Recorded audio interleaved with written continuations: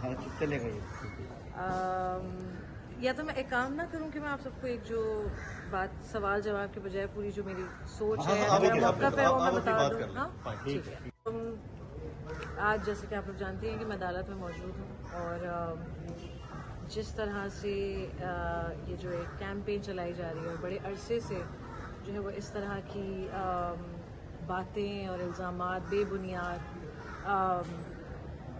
False allegations और एक तरह की कॉन्सर्टेड कैंपेन है जो कि वाज ऑन गोइंग और जिसकी वजह से मैं आज यहाँ पर आई।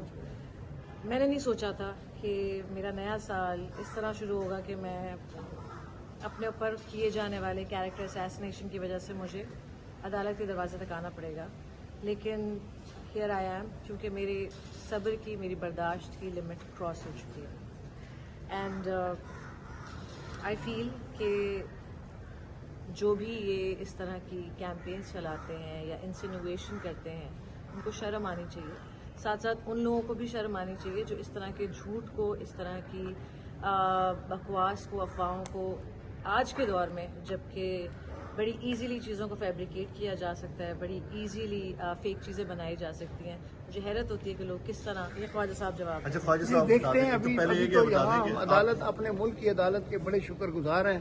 उन्होंने बड़ा कम्प्रीहेंसिव ऑर्डर पास किया है इमीडिएटली अर्जेंट बेसिस के ऊपर ख़वातीन की इज्जत की हिफाजत के लिए, और मुझे उम्मीद है अगर इसी ऑर्डर के ऊपर अमल दरामद पूरी तरह हो जाए जिस तरह अदालत ने हुक्म दिया है कि फैक्स के ज़रिए इस ऑर्डर की कॉपी PTA को और FIA को जो उनके मुतल्लिका हुक्काम है उनको भेजी जाए और वो इस पर इम्प्लीमेंट करें।